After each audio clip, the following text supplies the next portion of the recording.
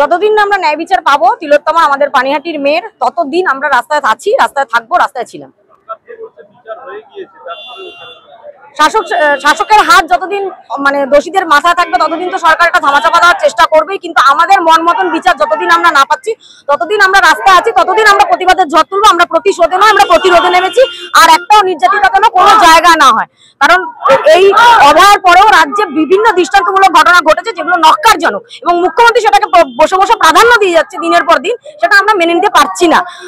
অবিলম্বে মুখ্যমন্ত্রীকে নয় পদত্যাগ করতে হবে এবং বলতে হবে আমি পারছি না এই রাজ্য চালাতে, মুখ্যমন্ত্রী ছেড়ে দিন এবং ন্যায় বিচারটা দিই আমাদেরকে।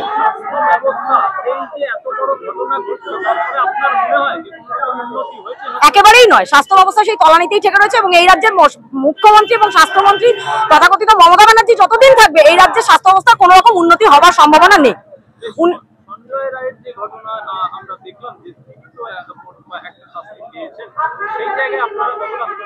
সঞ্জয় রায় তো স্কেপগোট, সঞ্জয় রায় তো আসল দোষী না। আসল দোষীদের মাথা যতদিন না ধরছে ততদিন এটার মানে আসল বিচার হচ্ছে না। সঞ্জয় রায় আসল দোষী নয়, এর পেছনে যারা মেন মাথা রয়েছে তাদেরকে ধরতে হবে, আমাদের তাই সেটাই দাবি।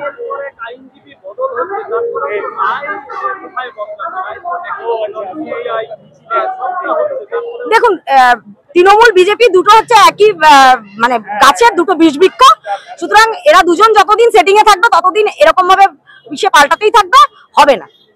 সুতরাং নিজেদের মতন করে নিজের ঠিকঠাক সঠিক বিচারের পথে না এগোলে কোনো কিছুই সম্ভব।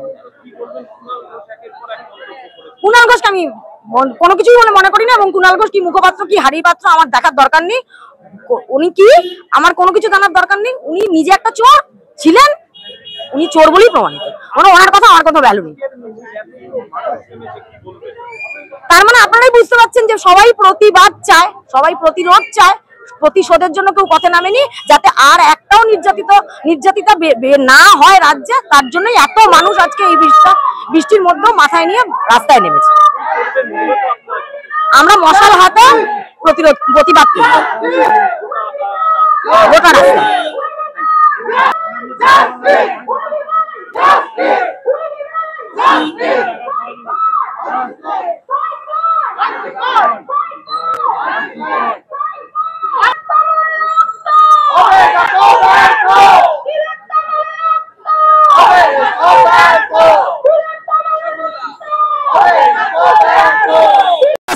আমরা পথে আছি, পথে থাকবো যতদিন আমাদের বোনেরা না বিচার হবে।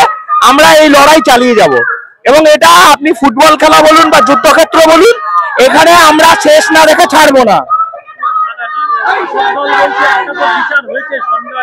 না, বিচার হয়েছে সে তো আগে, আজ থেকে 1 বছর আগে সেটা শুনে আসছি, আজকেও সেই এক কথা বলছে।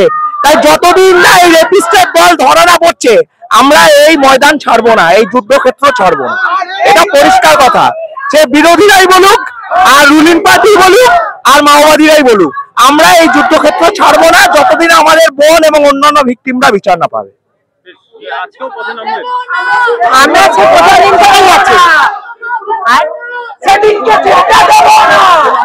হ্যাঁ হচ্ছে, যতদিন না বিচার পাবে, যতদিন না শেষ দেখবো, ততদিন পথেই থাকবো।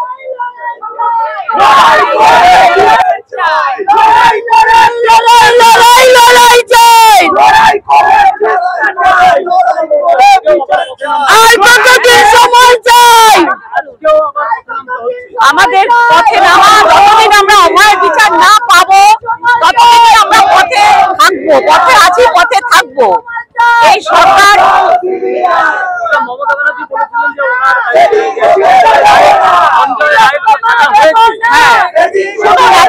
এটা তো মমতা ব্যানার্জি নিজেকে বাঁচাবার জন্য এই কথাটা বলেছে। এটা সাধারণ মানুষ থেকে সমস্ত মানুষই, সারা পশ্চিমবঙ্গ সারা পৃথিবীর মানুষই জানে এই এত বড় ন্যাক্কারজনক ঘটনা কখনো একজনের পক্ষে সম্ভব না। 1 নম্বর, 2 নম্বর হলো তাহলে মমতা ব্যানার্জি কি নিরাপত্তা দিয়েছে?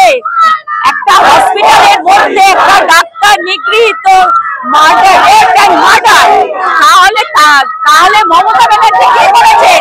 এই ধরনের মুখ্যমন্ত্রীর পদত্যাগ আমরা অবশ্যই চাই। যেই মুখ্যমন্ত্রী মেয়েদের নিরাপত্তা দিতে পারে না, যেই মেয়েদের সম্মান রাখতে পারে না, যে যে চাকরিহারাদের চাকরি নিয়ে চাকরিহারাদের রাস্তায় বসিয়ে দেয়, এই মুখ্যমন্ত্রীর পদত্যাগের দাবি আমরা পথে রয়েছি। আর যেটা মুখ্যমন্ত্রী বলেছেন যে সঞ্জয় রায় করেছে, এইটা নিজের গদিকে রক্ষা করার জন্য, গদি ধরে রাখার জন্য নির্লজ্জতা উনি প্রকাশ করেছেন। এটা জাস্ট নির্লজ্জ, যেই কারণে এই কথা উনি বলেছেন। স্বাস্থ্য দেখুন, ডাক্তারদের মতন পরিষেবা দিচ্ছে, তারা এটা নিজেদের তাগিদেই আপনাকে আমাকে সাধারণ মানুষকে পরিষেবা দিচ্ছে, কারণ ডাক্তাররা যথেষ্ট মানবিক, তারা জানেন সাধারণ মানুষকে পরিষেবা দিতে হবে। গভর্নমেন্ট কিচ্ছু করেনি, সরকার কিচ্ছু করছে না, যা পরিষেবা দিচ্ছে ডাক্তারদের নিজেদের মানবিকতার থেকে দিচ্ছে। ঠিক আছে,